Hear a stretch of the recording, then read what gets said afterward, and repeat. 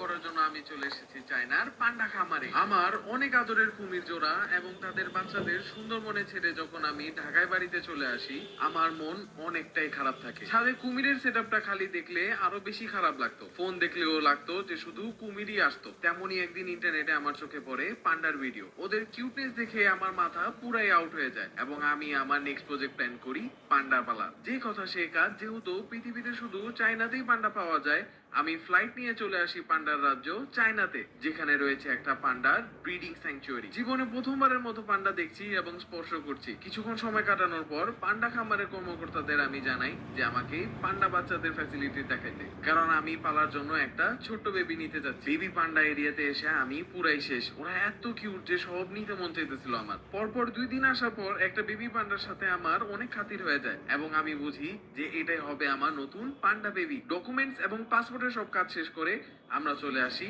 বাংলাদেশে এবং আমার সাথে আসে পান্ডা বেবি। অনেক কিউট না?